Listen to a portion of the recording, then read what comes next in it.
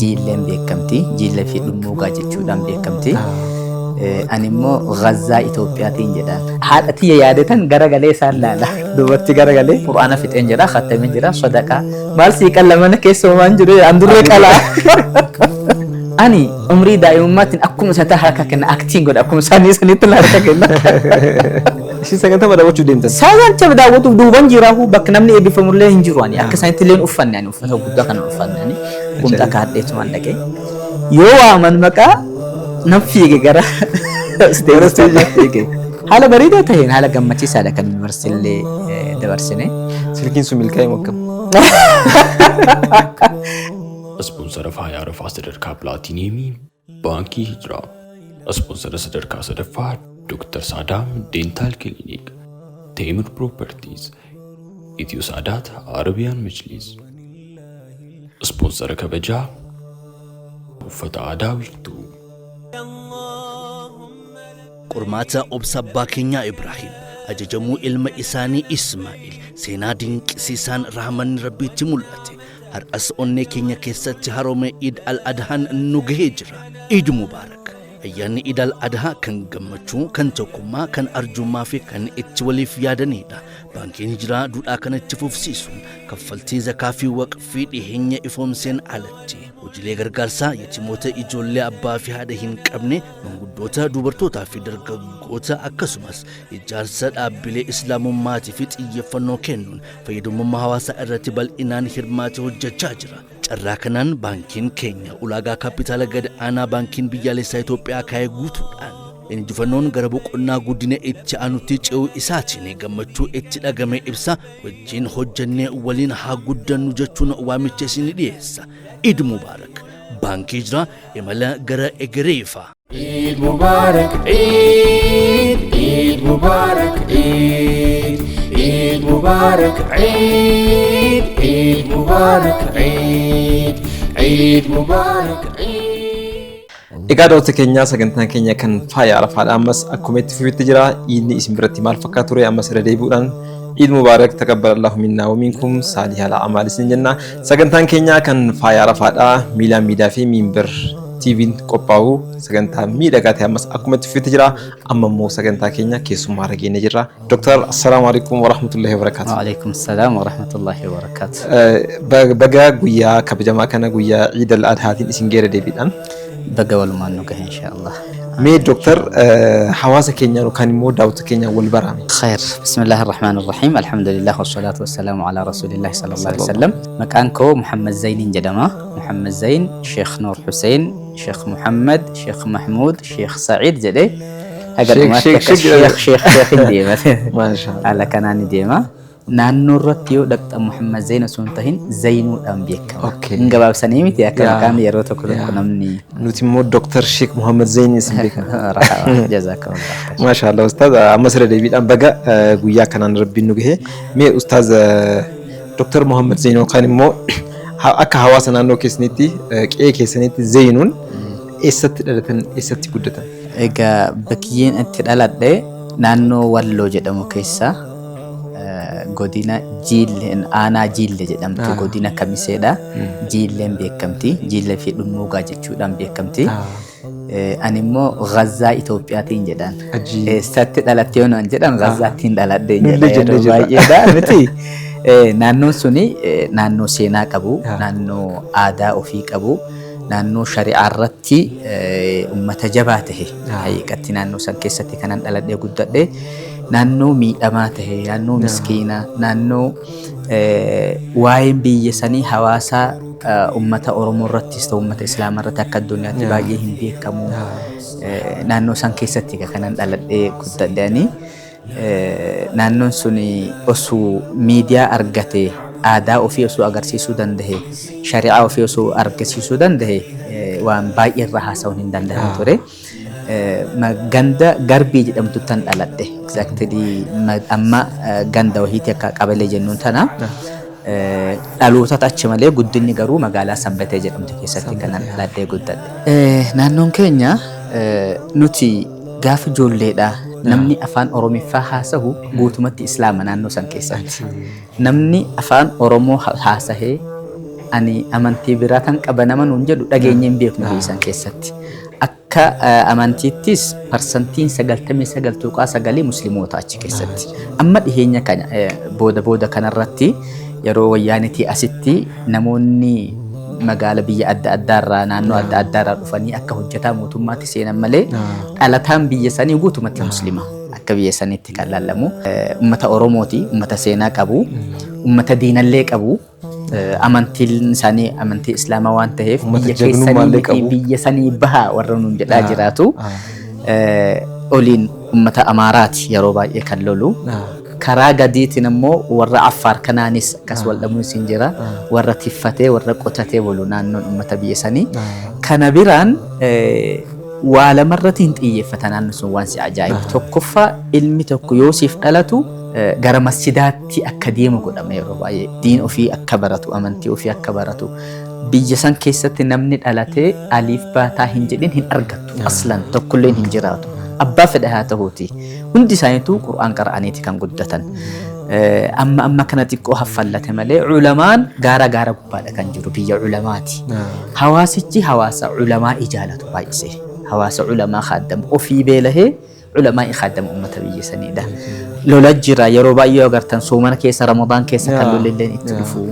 Kanaafuu tokko Qur'aan akka qara'u lammaffaa jagnummaa irratti akka guddatu gorsi hin jira. Aadaan hin jira. Abbootiin ijoolleen ofii akka jagna ta'anii guddatan taasisuunis hin jira. San keessatti kanan guddadhe anis keessa hummoo akka beeksisa warra darasaatti akka ulamaatti mana darasaa keessatti masjida keessatti dhalannee masjida keessatti guddanne biyya akkasiiti biyyi nuti keessa jiraataa turre. Adeemsi ilmii barbaaduu keessanii barumsa diiniitiin walqabateetiin haalli isinitti deemaa turtan keessattuu immoo yeroo ijoollummaa keessanii maal fakkaata ture? Nuti akka biyya keenyaatti keessahuu akka maatiin keenya maatii ilmiiti akkan siin jedhe meeqa hin lakkooftan amma akaakayyoo sun lakkaa siin jedhe meeqa hin geessaati jahatti dhaabbattamoo torba moo sagal taruun oolu 53 biraan nan gahani naa lakkooftan inshaallah ammallee akkaahuu dhabu katabamaadha. Kataba bara dhibbaan duratti waan katabametu jira. Abalu ilma abalu abalu ilma abalu abalu ilma abaluutiin hin deema. Guutumti kun akkaan sirees jedhe sheekha kan deemu hundinuu warra sheekholeeti. Manni mana ilmiiti. Bankiyya Rabbi rahmata haa godhuu fi akka biyyattis qara'anii yeroo baay'ee qaraasisanii saniin booda jaami'aan Madiinaa Islaamiyyaa yoo banamachillee dhaqanii baratanii nama ummata tajaajilaa turan ilmi keessatti. Kanaafuu mana caalimaa keessatti wanti eegamu ilmuma qara'uudha wanti biraan jiru. Nagdiin beeknu waa bira qonnan beeknu. Namni qabeenya qabu qabeenya dhaalchisa. Qabeenya dhaalchisa warra ilmi qabu immoo ilmi madhaalchisa haala saniin kan guddanne. Qur'aana bara kanaan fixa jedhee yaadadhu. Daa'ima xiqqaa afaan yeroon hiiku Qur'aan irratti hiike. Ana qofaa miti guutumti obboleeyyan kiyyaas haala saniin kan guddanne nuti. Waan an yaadadhu keessa namni yeroo Qur'aan fixe sadaqaa waan jedhamutu jira miti. Ni jira. Andurree naa qalaa sadaqaaf nuun jetta jedhan daa'imummaa keessaa kan ka'e. Hola qalama andurree qalamallee adda baafadheen beeku walii kamtu qalama kuma agarru mana keessatti abalu Qur'aana khattamee sadaqaa haa godhamudha. Qur'aana fixeen jira khattamee jira sadaqaa maal sii qalama mana keessa waan jiru andurree qalaa. Haala akkasiitiin kan guddanne Qur'aan keessatti. Kanaafuu afaan hiikarraa jalqabne mana keessatti hundi keenya jechuun hin dandeenya. Qur'aan afaan hiikkatan jechuudha. Qur'aan inni kan afaan hiikamu mana keessatti yeroo baay'ee ijoolleen ganda keenyaa sunis haala saniin kan guddatan mana keenya qofaadhaa miti. Abbaan keenya moodeela nuu tahanii isaan akka isaanitti bahuu qabna jenna malee kan nurratti xiyyeeffatan nurratti hojjetu haadha teenya turte kana yaadadhu keessa.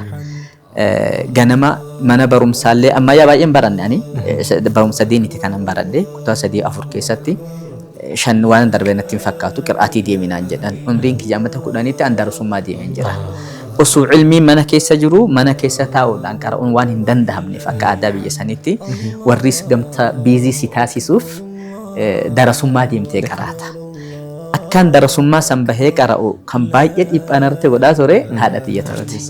Nan yaadadha ijoollummaadhaan haadha tiyyaaf abbaan kee baay'ee wal dhaban. Abbaan kiyya waan darasummaa irratti umrii dabarsaniif rakkina achi keessa jiru beekan. Ni beekan yaa. Mucaan kun xiqqaadhaan mallee daa'ima hin geenye darasummaa. Dandamatee lafuu hin danda'u waan of umriin isaatis ijoolleedha hin ergin mucaa kana dhiisii.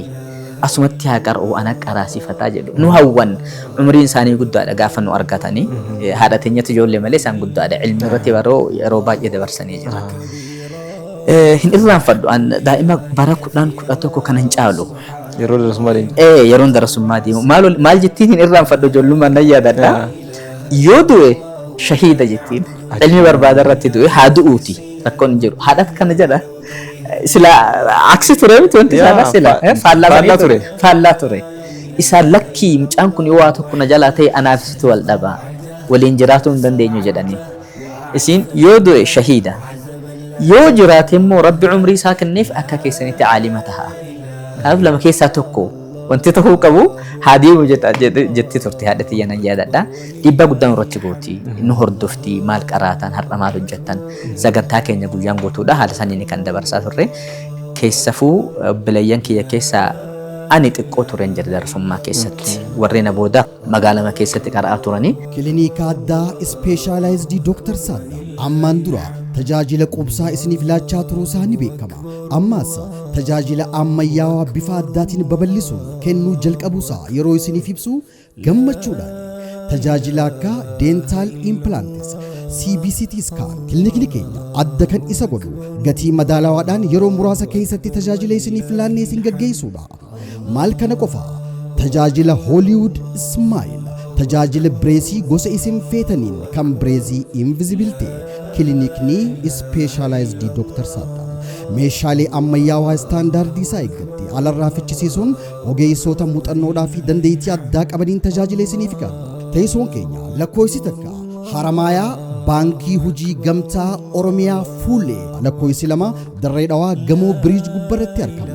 lakkoofsi sadaffaa ammaas Finfinnee Boolee Mikaa'el Hoteela Daaruu Salaam meetira 50 xiqqoo ol seenneeti argama. Kilinika addaa ispeeshaalaayizidii Dooktar Saaddaa. Namni tokko gaafa qaraatii eegalee jedhe nazirii eega buusee booda hifziitti deema. Hifzii immoo yeroo baay'ee namoota markazi sanii ala namoota iddoo biraatti qaran hedduu chaalenjii yeroo godhu argina. Garuu immoo kan doktora keenyaa wanta irraa dhageenye wanti jiru waan kanarraa adda kan ta'edha. Kan immoo afaanuma isaanii irraa dhageenyame ustaaz hifziin keessanuu maal fakkaatu ture?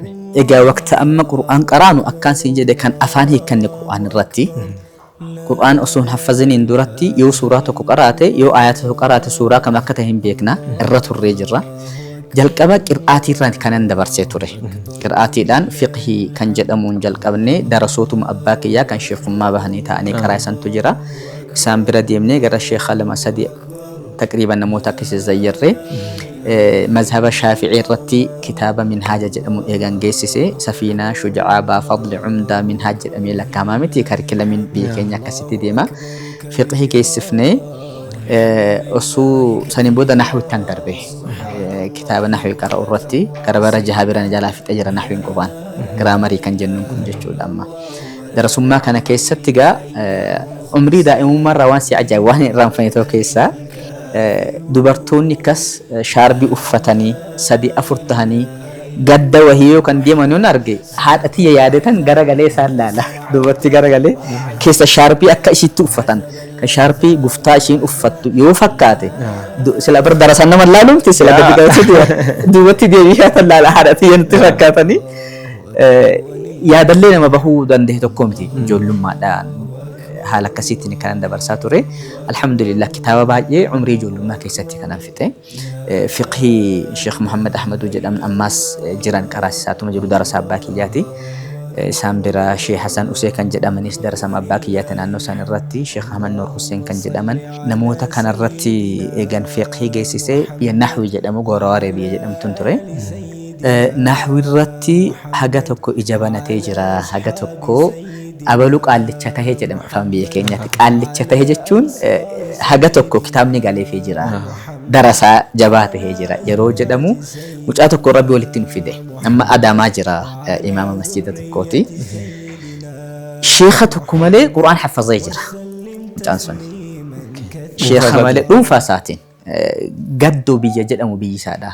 Gaddoo jechuun biyya yoo dhageessan seenaa muftii Daawud fa'aadha. Haji Kabiir Ahmad kan jedhaman namoota ulamaa guddoo hadiisa qaraasisaa turan biyya qur'aanaati biyyi sun. Hattaa qabrii gaddoo bakka jedhamtu keessatti namni 50 huffaaz al-qur'aanii bakka tokkotti qabramanii jiran. Kabaja guddaa qaba qur'aanii.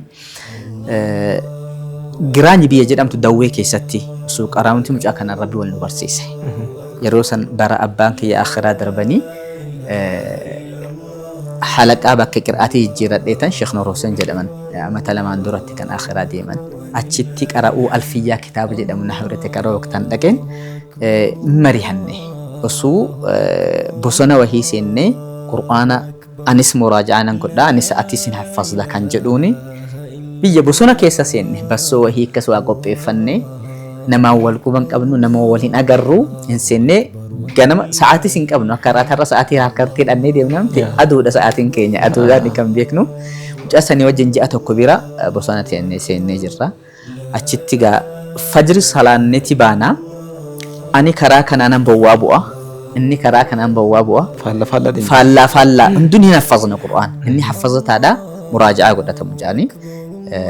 Sheekha guddaadha kana mucaa jedhee yeroo san ijoollee gaan turre amma zuhrii waqta gahe walitti deebina wal waamnetii miti hundinuu sa'aatii beeknaa sa'a sanatti masjida khalwaa wahii takka jira khalwaa sanatti geenya waan arganne bassoo wahii hin dhugna saniin booda nyaanni hin jiru gandiin jiru muka keessa kan ollee bullu haala saniin gaa qur'aan hifzi rabbiin nu waffaqee ji'a tokkoon guunne kan qur'aan dhume alhamdulillah hifzi rabbi jechuudha.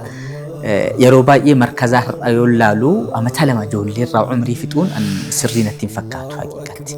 Namni yoo wanjalirraa qulqulluu tahe yoo xiyyeeffatee ka'e qur'aanaan hafizee yoo murteesse qur'aan bara tokkoon fudhatu namarraa.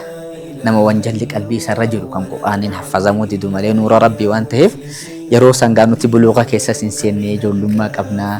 قراءات الرجرة يرو باي مراجعة سوان قدني فالحمد لله يرو سان كيستي هذا سالبيت عن قرآن في تاتو ربي موفق إجرا درس ما سان كيستي كان يوجد نجارو حالي درس ما دا كيسه درس ما بيولو مشكان أكسني هنجرو بيا الدنيا كيستي هنجرو مشك أجابها كبر ربيت نوتي إكا كان جدام ورّي ندرك أرمو يوسيتهمان ركنا إسان دبرسان isin dabarsite agahuufu gurratti ulfaata waan isaan tahanii dabarsaa turan nama biddeen kennanii fi biddeen san keessatti kaakaddaa qomaal jettaniin tarakkos jennoon kana san biddeen gubbaa kaanii faatti kennaa turan darasaa tahee namni sareen hin cinii namin hin jiru darasaa tahee namni bofaan hin cinii namin hin jiru mashaqqa akkasii keessa kan dabarsaa turre ijoollummaan gaafa jiraatee rakkinni kun gaafa sitti dhufu rakkina jabaadha dhugaa rabbiitti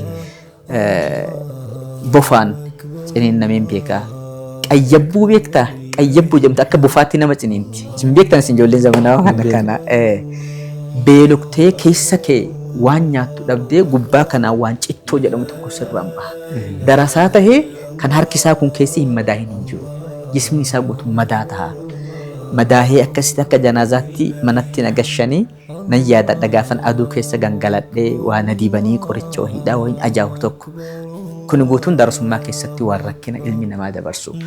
Nuti har'a guyyaan takka soomuudhaaf namni hin rakkata dargaggoon har'aa kuni miti soomallee soomuun rakkata. Darasaan umrii isaa keessatti soomanii kan jiraatu. Ganama waa hin qammasa waan argate gogaas ta'u jiidhaa argate galgalammoo maghribaan booda cishaa irratti kan waa qammasu. Gadaa nyaatuun misaa nyaatuun laaqanaan nyaatuun wanti jedhamu tokko hin eeggamu darasummaa keessatti. Biyya amma Oromiyaa kana keessatti qari'aa jechuun nama tokkotuun darasaa tokko qabataa miti. Nizaama akkasiitti kan jiru. Biyya sanitti kun hin beekamu. Balbala namaarra deemta. Qaaxee wahii qabattee. Qari'aa wanti jedhamu jiru. Qari'aa wanti jedhamu warra sheekolee taheef, warra umriin guguddateef, warra kitaabarrattis baay'ee qara'aniif abboonni qabeenyaadhaa nama tokko tokko hin fudhata. Maqaan isaa suni qallaabii jennaan biyya keenyatti. Abalu qallaabii argate jechuun nama tokko biratti galee achitti nyaatee achitti dhuga. Isaafuu kan nyaatu ganamaa fi galgala malee guyyaa hin argatu. Hin jiru. Darasaan guyyaa hin nyaatan hin shakkamu. Inni kun qari'aa kan jennuun nuti balbalarra deemee kadhata. Naa kennaa nyaata hin jedhu assalaamu alaykum jedha. Beekamaadha assalaamu alaykum nyaata naa kennaa jechuudha ma'anaan isaa. Assalaamu alaykum hularra deemee jedha. Mana 20-30 irra deemaa san keessaa mana 2 mana 3 waan argate 4-5 taanee waan argannu waliin qammafne gara qira'aatii kennate. Ilmiin waan nutti mi'aahuuf rakkina kana beelli isinitti dhagahamu. nutti hin dhagahamu yeroo baay'ee nutti hin dhagahamu. Hin irraanfadhu sheekni tokko baay'ee beelahee jismii kiyyarraan akkas cittuun siin jedhu kun irraan babbahee na argeeti. Ilma sheekichaa naan jedhe darasa abbaa kiyyaati. Inni khutbaa imaama tahee jira. Kan qabuus kan hin qabnees biddeenuma takka nyaatan. Osoo argattee maallaqa guddaallee argattee biddeenuma takka san nyaatatti. Kanaafuu ilmi namaa eega dhalatee biyya duniyaa tanarratti ilmi irratti xiyyeeffatee hojjetu wanti caalaa ta'e tokko hin jiru. Kanaafuu beelli har'aasitti hin mul'atin. Gorsi namni si arge kana kan si gorsu yeroo baay'ee darasummና keessatti ኢትዮ ሳዳቶች ነን። እጅግ ዘመናዊ ውበትን ከምቾት ጋር አጣምረው ምርጫን ባማከለ አረቢያ መጅልሶቻችንና ጥራታቸውን የጠበቁ የፈርኒቸር ውጤቶችን በተመጣጣኝ ዋጋ እኛ ጋር ያገኛሉ። በክልል ከተማዎች በወኪል አከፋፋዮቻችን ከ5 ዓመት ዋስትና ጋር ምርቶቻችንን በማቅረብ ከደንበኞቻችን ዘንድ ታማኝነትና አንቱታን አትርፈናል። ጥራት መለያችን ነው። አድራሻችን ቁጥር 1 ቤተል መንዲዳ መውረጃ አሚፋጎን፣ ቁጥር 2 ቤተል ቢጫ ፎቅ 100 ሜትር ገባ ብሎ፣ ቁጥር 3 መርካቶ ማርሲ ገበያ ማዕከል ሁለተኛ ፎቅ ቁጥር 230 ያገኙናል። ለበለጠ መረጃ 0906 020606 0906 080606 እንዲሁም 0906 090606 ይዘዙን። ያሉበት በነፃ እናደርሳለን። ጥራትና አገልግሎት መለያችን ነው። Kuni seenaa guddaadha wallahi nama dhagahu hedduufu namni quraana yookaan keessattuu immoo hifzii kana nazari miti hifzii namni hedduutti ulfaata. Saniif immoo markaza waggaa lama galaniitiin ijoolleen yeroo achi hafasdee baatu ni agarra. Wanta amma isin seenaan keessan akkuma jiru dhaloota ammaa jiru kun faallaadha baay'ee. Quraana ji'a tokko keessatti buusuun faallaa dhaloota ammaa kana. Haati immoo ilmi kee darasummaa haa deemu yoo barbaachitti du'ee shahiida ta'ee agaruun kun faallaa yeroo ammaa kanaati. Mudannoolee akkamiitu ture ayyaana wal qabateetiin keessattuu immoo amma ayyaana wal qabateetiin gosa lamatti hiriiraa jiran keessan jechuudha. Kan maatii wajjin dabarsitanii fi kan maatii wajjin hin dabarsine. Yeroo baay'ee waan sadii nan yaadadha. Har'umallee bara baraan nan yaadadha waan kana baay'ee. Akka naannoon keenya akka naannoo gootumti uummata Islaamaa akka tahuutti naannoo Qur'aanii, naannoo ulamaati, ulamaa baay'eetu jira. Akka ammaatii miti amma baay'ee natti hin tolu. Sakkaan anatu guddate yaadannoo san akka durii ijoollummaa isaaniitti natti mi'aahu. Guyyaan amma Arafaa kuni Zulhijjaan 10 kuni guyyaan zikriiti miti, guyyaan ibaadaati, guyyaan soomaati jechuun ibaadaa adda addaatiin kan darbu. Kana nu barsiisuuf natti fakkaata har'atti yoon laalu waan san garuu nuti hin beeknu waan kana. Guyyaan ciidaa halkan isaa guutuu osoo hin dadhabin takbiiraadhaan irra bulla. Gaafnati ijoollee sunnaan amma dhabame kun amma dhabame yeroo sanitti hin jiratu. Allahu akbar. Speakerri yeroo san reefu dhufa biyya sanitti hin jiru ture speakerri. Haga speakerri cabu tokko iyyina magaalaa keessa namni magaalaa hin rafu. Xiqqaa guddaa walitti qabame namni masjida keessa takbiira irra buleet ganama immoo lafa dhiqatee uffatee jiraatee gara bakka ciidaatti deema. Amma hin agartu kana. Ishaa salaata namni takbiiraa waa jedhe galee rafe ilmi. Har'a kana nuti hin jiru yeroo san keessatti takbiiraan halkan guutuutti bulama ture yeroo nuti ijoollummaa san hin irraanfadhu yeroo baay'ee. Kan biraa re'ee udhiyyaadhaa yoo bitu warri maatiidha. Re'ee tissi nagaaraa keessa deemee hin irraanfadhu. Re'oota yeroo san bitaa turre har'allee fuula kiyya ture jiran kalarri isaaniidha. Waa'ee ijoollummaati waan irraanfatamu miti. Ayyaana san yeroo san keessatti waan hojjetamuu qabu keessaa Suylatan Rahim kan jennu nama fira gaafatu ziyaaraa nuti ijoollummaadhaan kana nu barsiisanii jiran. Nu gaafatti haadhi teenya abaluun zayyartee obboleettii bira dhaqxee abaluu bira dhaqxee baramaadha faashina wanti kuni 3 4 5 taanee gandarra deemna. Birrii takkasiif kennu yoo dhaqxu waan ayyaana beekamaadha. Waan ayyaanati shilingii takkasii kennu birrii gaditti yeroo san gatii qabdi. Baay'ee siibii qabu. Hin irraanfatamu. Akkas ture yeroo san keessatti ilmi namaa tokko yoo balleessee agarte irrukuta ilma maaltu nagashin jettu. Waan badii irratti yoo agarte mucaa tokko hin lolta hin gorsita yeroo sanitti akkasi abbaa barbaad hin ergatta akkas ture. Amma ilma nama namni tuqun jiru hangafa ta'uu qofatu eegama. Hangafuma ta'uu qofaadha. Ati ilma abuluuti beeka abaati ilma abuluuti dhaqiti bishaan bakka akkasitti na kararratti yoo abbaan keessi arge eessa deemta yoo siin jedhe abaluun na ergate jetta dhumate khalas abaluu si ergate abaluuf dhaqxa hagam tokko wal keessa seenaadha hagam tokko jaalalli jira hagam tokko kabajni jira ani balleessa ofirratti tumaan an tumame guyyaan tokko hin irraanfadhu garuu kan na tume jaartii takka wamaan huntaatu firummaan qabnu maalummaan qabnu harka na qabdee manaan na geessitee balleessa akkas irratti arge mucaa keessan jettee normaal waa tokko hin jiru toshite baga akkas gooteedhama har'a maaf ijaan na jala laalte siin jedhaan akkasii bar har'a yeroo akkasii dabarsine waan irraanfanne keessa mana kana seenta birrii tokko fudhata mana kana seenta mana san seenta ati abbaa qabeenya guddaa taata galgala gaafa jiraatan birrii 100 siif guuta birriin keeti sanirra eebitatta waan tokko bitatta ciida baay'ee gammachiisaadha hunda keessaa kan na gammachiisu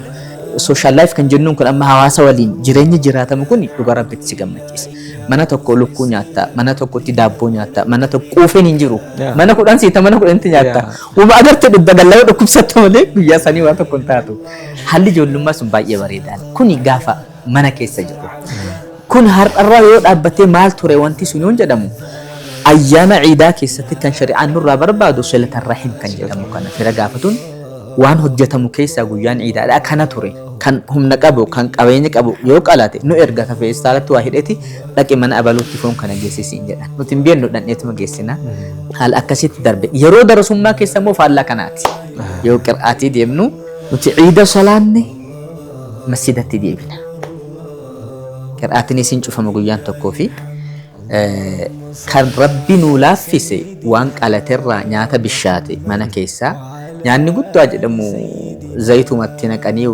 foonuma akkasuma godhaniituma nuuf kennanii nuti achi keessatti darasoonni walitti qabamnee waan barbaannu hunda du'aa godhataa oolla guyyaan ciidaadha haala gammachiisaa taheen du'aa'iin guyyaan san kadhannu rabbi haqiiqa tokkollee waan kuni nu jala hafe waan jennuun tokko hin qabnu darasummaa keessa gaafa jirru jechuudha haala gammachiisaa taheen waa tokko qalbiin hin cabu garuu nyaata dhabne waan dhugnu dhabne waan akkasii beelonne hin jiru achi keessatti gandi nuu fida biddeenii fi waxii waan adda addaadha nuu fidanii galata guddaa qaba hawaasni keenya ummata darasaarraa dhugaa rabbiitti yeroo baay'ee wanti ilaallu mana keessatti ijoollee harka qabee irraa kute qaaxirratti fidee dhufee nuu kenna yoo tulaa dura dhaabbatu darasaan irra dhaabbate masoobii keessa nyaanni hin jiru waan daa'imaaf dhiheessitu jira achirraa waan qabu kuttee osoo mucaan boohuu harka qabdee fuutee nutti fiddi hawaasa akkasitti ummata darasaadhaa gargaaraa turan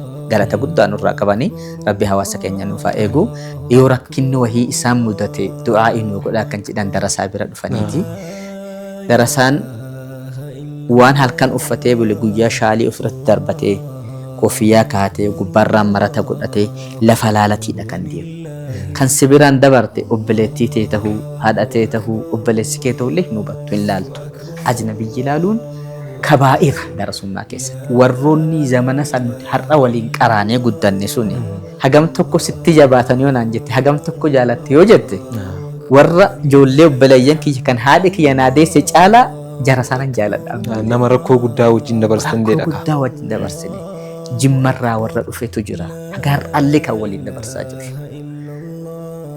Hararirraa kan dhufetu jira Ahmad Nuur jedhama magaalaa Ciroo keessatti irraanfadhu namoota waliin turre naannoo Shaashamannee irraa Sheekh Abdul Mannaafaa kan jedhamantu jira ammallee Sheekh Taanii Qaraayisaa jiru namoota biyya adda addaarraa dhufantuun ilmaan haadha tokkootu fi abbaa tokkoo taanee waliin dabarsine waliin gammanna obbolummaan nuti darasummaa keessatti qabnu yeroo kamillee ta'u hin argamu namni yeroo baay'ee yeroo siqu maslahaa wahii faayidaa wahii waan akkasii ilaalamti nuti hin qabnu faayidaa tokkollee walirraa qabu faayidaan keenya obbolummaa akhiraati barbaacha ilmii kanas ammallee hin dhiisne inuma ceetan biyyaallee baateettanii yogaadha mee isallee haasofna egaa jiruu kiyya keessatti ana fakkiin kiyya namni an tahuu barbaadu abbaa kiyya kabaja hawaasni isaaniif qabu yoon argu yeroo ijoollummaadhaan akkas argumaasaa wahii qabna yoo fageenyatti namni isaan arge mana biyya keenyaa uleedhaan dalgoo jennaan shirritii kan hidhatee deemaa ulee gateetii lafarra dhufeeti harka isaan fuudha kabaja akkas lafarra deemee dhufe harka kenna harkatti kennanii Dhugaanan zayyira jedhan hin dhawwatu uummanni harka isaan kennu namatti. የኢድ አልአድሃ አረፋ በዓል በሰላም አደረሳችሁ እያለን በዓሉ የሰላምና የፍቅር እንዲሆንላችሁ መልካም ምኞታችንን እየገለጽን እኛ ቴምር ፕሮፐርቲዎች በዓሉን ምክንያት በማድረግ ከ30% እስከ 35% የሚደርስ ታላቅ ቅናሽ አድርገን የመኖሪያ ቤቶችን በሽያጭ ላይ እንገኛለን።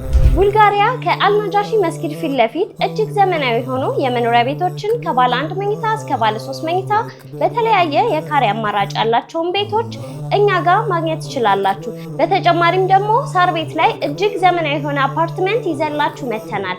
በአዋሬ ባለ 1 መኝታ ከ76 ካሬ ጀምሮ በ20% ቅድመ ክፍያ ቀሪውን 80% ደግሞ ካለምንም ዋጋ ጭማሪና ካለምንም ወለድ ከፍለው የሚጨርሱበትን ሁኔታ አመቻችተን እየጠበቅናችሁ ነው። ታዲያ የንግድ ሱቅ ለምትፈልጉ ደንበኞቻችንም በፒያሳ በቡልጋሪያ እንደዚሁም ገላን ላይ ከ900 ሺህ ብር ቅድመ ክፍያ ጀምሮ የንግድ ሱቆችን እኛ ጋር ማግኘት ትችላላችሁ። ለበለጠ መረጃ ታች በመናስቀምጠው ስልክ ይደውሉልን። ቴምር ፕሮፐርቲስ የህልሞ ማረፊያ።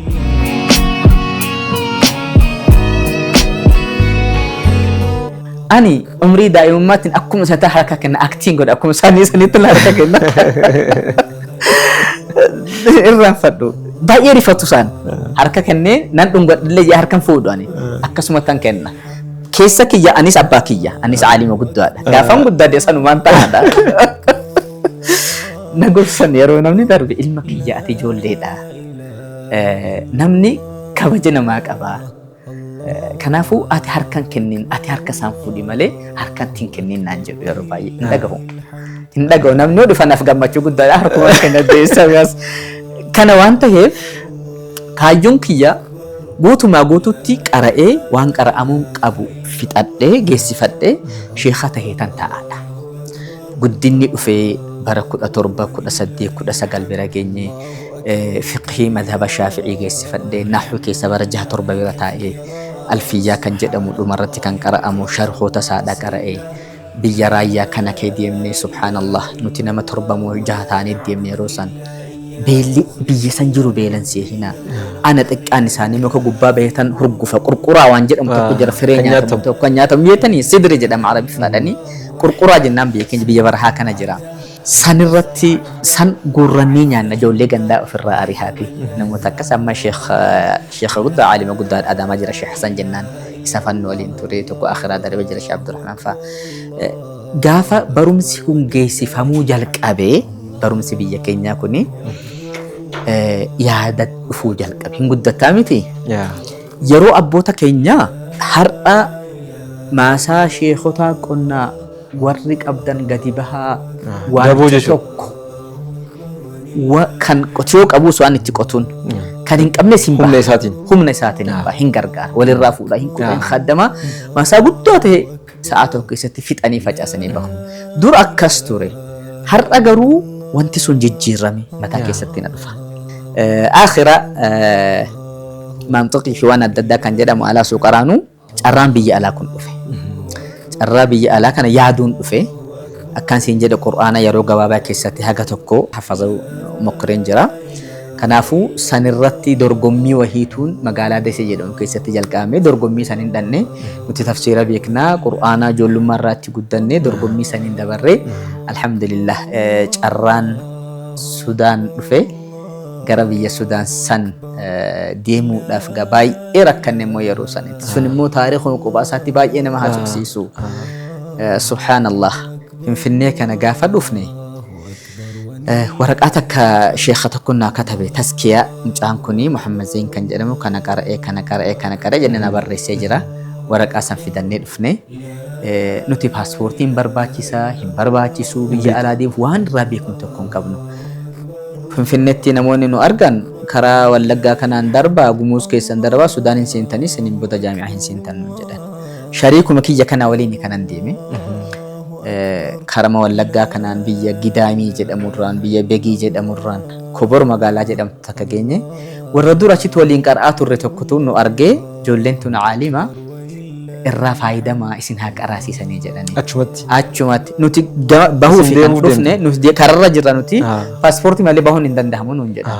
Qira'aatii jalqabsiifne anaaf shariikaan kiyya kun jalqabsiifne karaa marratti علموني دور رادو فنجداني نمني ودفين وزاجرون تجو دائما تتكودا garuu qaraasuu jalqabni waan siyaa yeroo sana akkam harka akkatti keetan yeroo sana injiru biyya sanitti moo namni zayyaru sin jiru ummata biyya keenyaatti malee kuni namni harka si fuudhu injiru yeroo san gaa xiqqoo katamaa fakkaanna jennee ummata bolaalee jennaan nuti surra ammatti kaa'atu kana asitti kaahanna kaa'atuu sin beeknu nuti nama sheertii fi dalgoon guddanne nuti masjida irratti teenyee osoo qaraasifnu darasaan 5 irraa 10 irraa 20 mana dhibbaatiin lakkaa'amu jalqabe sheekni taa'ee tokko jira magaalaa Kobor keessa madrasaan biyya Jimmaatii dhufuu jalqabe biyya adda addaa irraa dhufe sheekummaa sitees isin karaarra jirtan karaarra jirtan osoo karaamti sharikaan kiyya kuni abbaan isaa nama guddaadha eega nam biyya sanii deebi'ee kan akhiraa darbanii inni abbaa kiyyaan khadaman jedhee na biraa deebi'ee an achuma ture saniin boodatti gaa karaa adda addaatiin biyya Sudaan seenuu rabbiin waffaqe alhamdulillah biyya Sudaanii sanitti jalqabaaf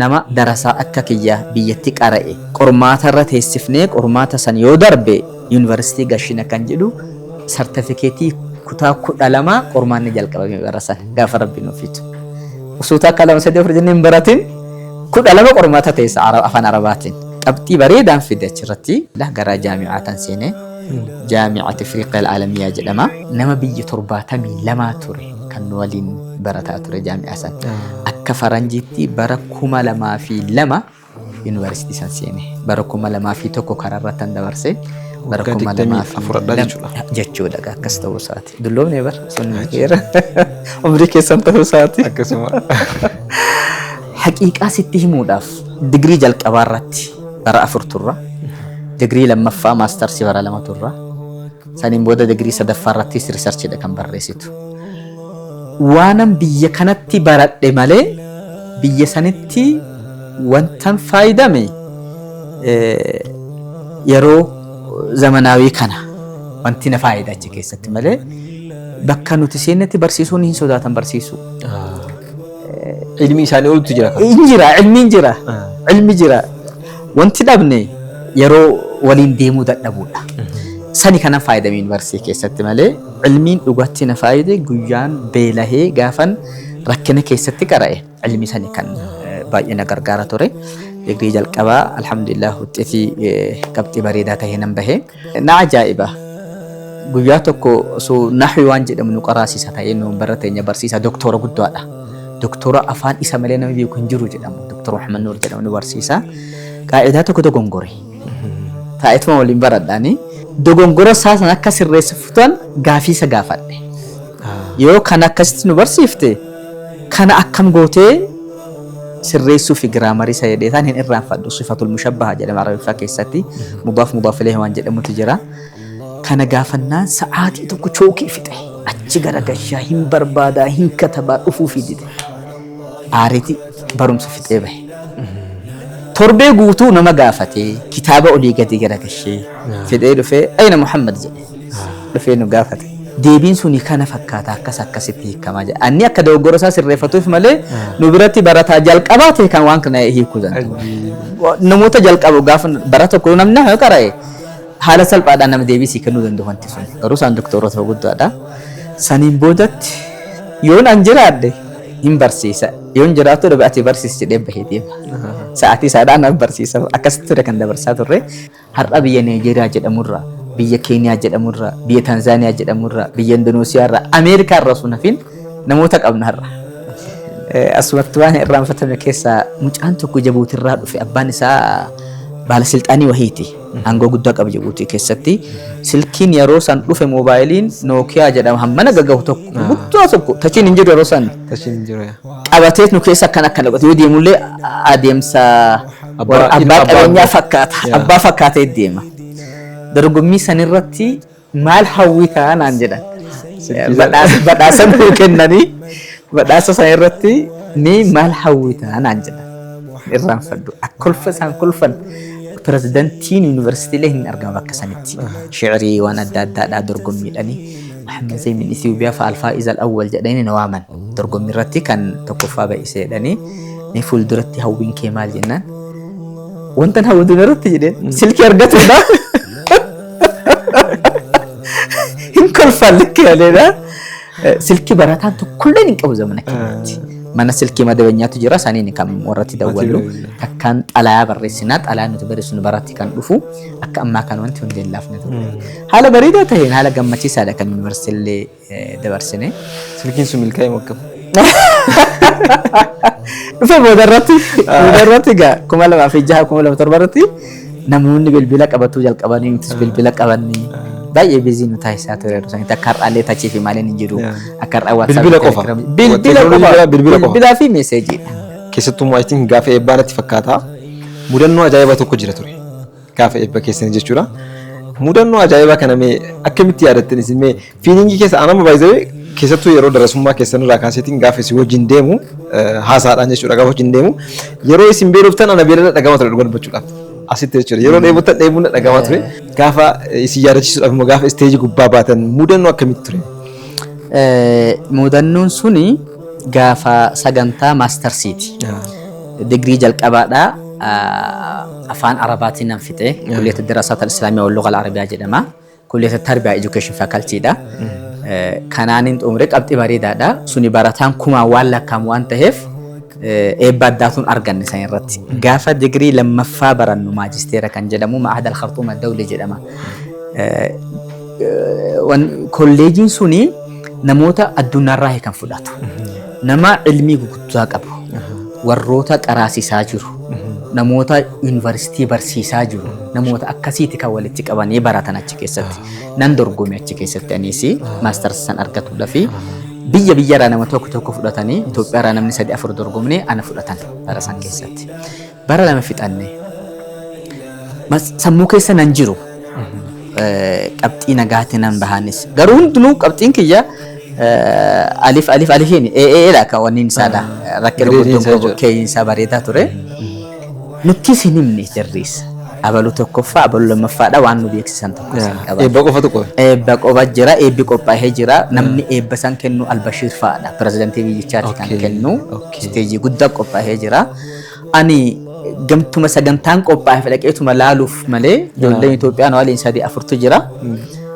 Sheekolee gurguddaa kana warri eebba san argatu jedheetti kana eegutti ture. Maaliif iddoo hundarraayyuu biyyoota hundarraayyuu sheekota gurguddaa yuunivarsiitii waamame. Warra nu qaraasisu warra hadiisa nu qaraasisaa turanii warra areenni isaanii asii warra umriin isaanii guddaa ta'e nuti shabaaba gaafsan. Qumxaa kaadheetan deema biyya uwwasa waan ta'eef boodii tishartii akka soyitan kaadhaa qumxaan kaadhaa. Muhammad Zain Sheekh Nur Hussein Alfaa'iz al-Awwal jedhanii gaaf waaman maal jedhutti jiran hin eegne tokkolleen xiqqaan isaanii ana maajisteera kana irrattis. Isin sagantaa daawwachuu deemtan? Sagantaa daawwachuuf duuban jiraahu bakka namni eebbifamullee hin jiru ani akka isaanitti illee uffanne ani uffata guddaa kana uffanne ani qumxaa kaadheetumaan dhaqee yoo waaman maqaa nan fiige gara isteejii gaafan isaanis warri gaarditiis kan eegaa jiru warri eebba kennuus kan eegaa jiru nama guddaa wayiitu nutti dhufa jedhama. Pirezidaantiin biyyaa achi jira. Pirezidaantiin achi jira. Areedaan baafne yeroo san. Areedaan baafne fassara akkasii jalqabaa jirti. Bara 21 umrii akkasii keessa kan jiru. Gaardiin Albashiir mana gagaan guguddaadha wayiiti. Gaafan isa bira gahu lafaa fuudhetuma na darbate. Uummanni akkuma jiruun itti iyyan. Muhammad Zain hada Muhammad isa waamame jedhutti jira. Isaat waamame jira. Rifuu guyyaan san rifate Albashiir haqiiqatan fuulli isaa. Gaardiin yoon fuudhee ganna darbatu jalarra warra jirtuun lafa naqabe. Lafallee hin geenye gaafsanii. Lafa akkasina kaasanii. Booda isaan namni darba sun fuudheen ummata gubbatti mataa gubbaa na kaa'ee na barsiisaa ture. Kana jechuun Sudaanonni dheeroodhaa miti haalonni isaaniidha. As ceehu kana gubbaa na dhaabee ummata akkas salaamachiisaa ture. Qumxama saniin tishartuma sanii boodima sanii. Mee zayyatanii mana barumsaa sanii harka guddattanii sadarkaa mara jirtan kana irratti carraa zayyaroo argattanii laata? Amma kolleejiin asitti dhaabnee hojjennu kolleejii imaaniin agriimantiin tokko isaan waliin kan mallatteessinee jirru isaan kan nu guddisaa ture. Pirezidaantiin gaafsanii eerpoortii dhufee na qabalee jira. Gaafan deemu amma booda kanarratti nama guddaa taane isaanis jiranii nutis kuni bu'aa keenya jedhanii ilaalu garree. Hojii nuti hojjennu toraarra as nu gahe jedhanii ilaalu. Kolleejii keenya yuunivarsiitii isaanii jedhaniiti kan hubannoo akkasiiti kan qabanii. sadarkaa amma irra jirrus waan hundumaa information isa gamta qabaniif jarri nama kaayyoo qabu akka aalamatti nama hin dubbisan barattoonni isaanii biyya kam keessatti maal akka hojjetan warra hordofan gamta ta'aniif namoonni gaafsan argan namoonni gaafsan beekan alwalada sagiir jedhu maqaan kiyyaa sagiiri mucaa xiqqaa gabaabaa sanii bar mucaan kun jedhu har'a yoo sagantaa adda addaa irratti wal agarru alhamdulillah yeroo nama irratti argamnu guyyaa ayyaana Eid al-Adha ta'uu isaatiin wal qabateetiin hawaasa muslimaatiif mee wanti dabarsanii jiraate hawaasa muslimaa guutumatti rabbiin subhanahu wa ta'ala har'aan nu gahe Eid kanaan baga isiniin gahe jedhuuni nan barbaada hawaasi keenya guyyaan Eidii kun guyyaan seenaa guddaa qabu akka diin al-Islaam keessatti ayyaana nuti qabnu ayyaanuma lama ayyaana keessa ayyaanni guddaan tokko ayyaana Arafaa kana namni guutuun oollaa ofii akka laalu adaraa jedhuun hin barbaada namni muslimaa tokko osoo foon hin argatin osoo maraqii hin argatin ooluu hin qabu kanaafuu ummata hawaasa keenya guutuun akka wal gaafatan akka wal qo'atan akka wal gargaaran adaraa jedhuun hin barbaada inshallah ummata keenya ummata shabaabaa immoo kophaatti ani hawwiin kiyya dhugaa rabbiitti kan qalbiin na hawwu yeroo baay'ee ummanni shabaabaa guutuun osoo ilmitti deebi'e biyyaas kan biyya fakkeessuu dandeenya ofiifis kan nama ta'uu dandeenyu gaafa barumsa shari'aa irratti deebinedha shabaabni guutuun osoo kitaaba qabatee harka irratti karaa deemu arge baay'ee nan hawwani biyyi kan jijjiiramu immoo shabaabani kan seenaa hojjetuu danda'u shabaaba dhiiras haa ta'u dubartiis haa ta'u shabaaba kan waa hojjetuu danda'u shabaabummaan kun immoo osoo hin beekin sirra darba kun ambara 40 keessan jira fixuutan jira 40 kan guyyaan tokkollee osoo nattiin dhagahamini kan dhume guyyaan shabaabummaa kun kanaaf ijoollee shabaabaa keenyan diin al-Islaam irratti akka xiyyeeffatanii barumsa ofii baratan ammaas hawwii qaba waan tokko ummata islaamaa kanaaf osoo ummanni keenya guutumti tokko tahee saffi tokko dhaabbannee tokkichummaadhaan osoo waa hojjetuu dandeenye hawwiin kiyya kan hirriba na dhawwu kana dhugaa rabbiitti bakka amma jamaa'aan wal qoodee naannoon wal qoodee afaaniin wal qoodee ummanni islaamaa nuti amma ummanni biyya keenyaa kun haalli keessa jirru wallahi haala fokkataadha ummata kana bakka tokkotti deebihee kaayyoo tokkoon ra'ayii tokkoon osoo ashaaraa tokko kaahuu dandeenye kana nan hawwa dargaggoonni keenya akka waan kana nuuf hojjetan immoo adaraa jedhuun barbaada dhumarratti gaba garbiin subhaanahu wa ta'ala ayyaana isiniin gahe jedhuun barbaada sagantaa miidhagaa akkanaa kan wajjin qopheessuu keessaniif hedduu galatoomaa jenna bagaa guyyaa kabajamaa Eid al-Adha kanaan isin gahe jenna ustaaz hedduu nuuf galatooma marhaba daawwattoota keenya sagantaan keenya kan faaya arafaadha akkuma itti fufitti jira sagantaan keenya keessummaadha kan Dr. Muhammad Zain wajjin taasifne kana fakkaatu ture qophiin keenya kan faaya arafaadha ammas itti fufaa hamma dhuma sagantaa keenyatti turtii gaarii isin jenna nurra fagaatina Sponsora faaya arafaa sadarkaa pilaatiiniyeemii